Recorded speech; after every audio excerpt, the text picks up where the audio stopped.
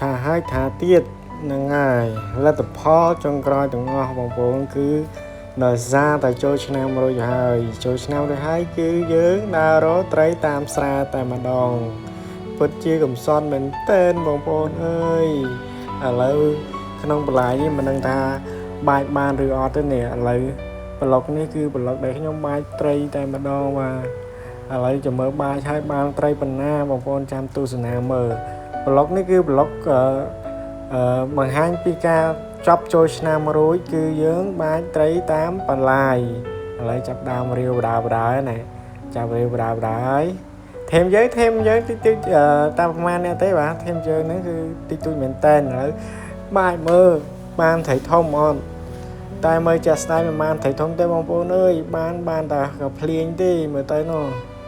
ព្រោះអីដោយសារនៅបន្លាយនេះគេធ្លាប់បាចធ្លាប់ពីមុនអស់ហើយអញ្ចឹងយើងមកពីពេញ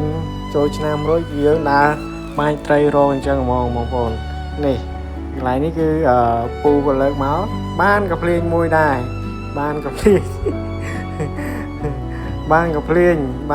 ដោយសារអត់មានអីត្រូវ